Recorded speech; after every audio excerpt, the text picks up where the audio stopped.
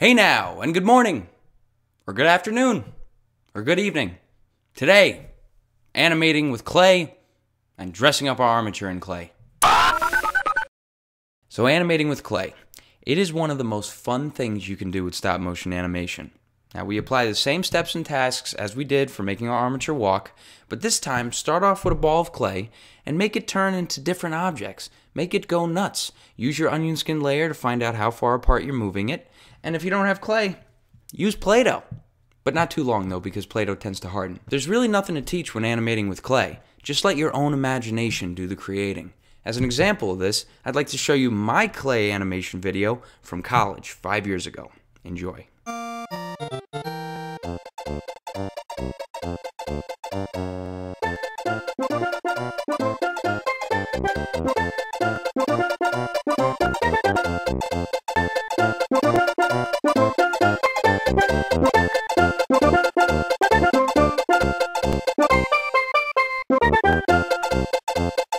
So like I said, get creative. Do anything you want. And yes, if you're curious, there was a penis in that animation.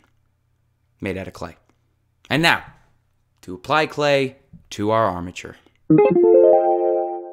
Here is what we are going to need.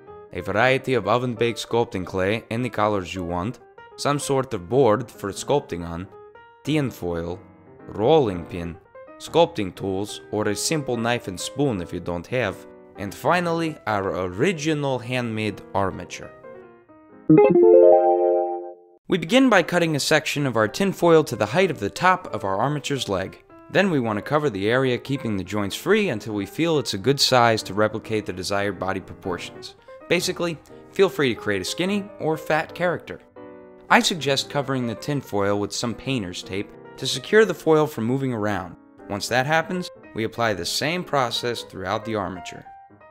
The reason we add the foil before the clay is to keep our armature from getting too heavy so that the wire does not bend on its own during animation.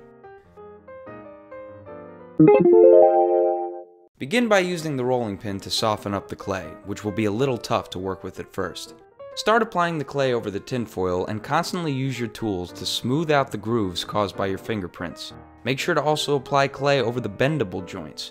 Oven-baked clay will not dry up, so stick with this over Play-Doh, which will completely ruin your armature.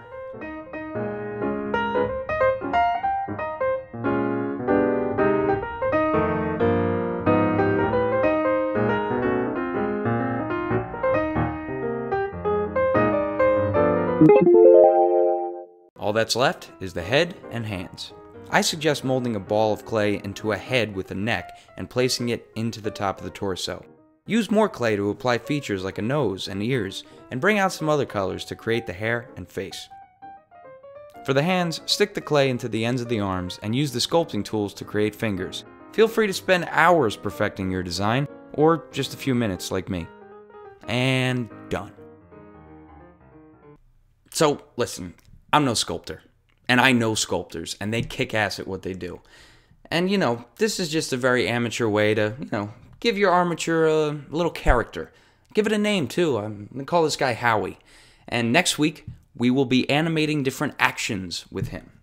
And this was a task I did in college, and here is the exact armature I used then. In fact, leaving you off, here's the video I did way back when with this guy.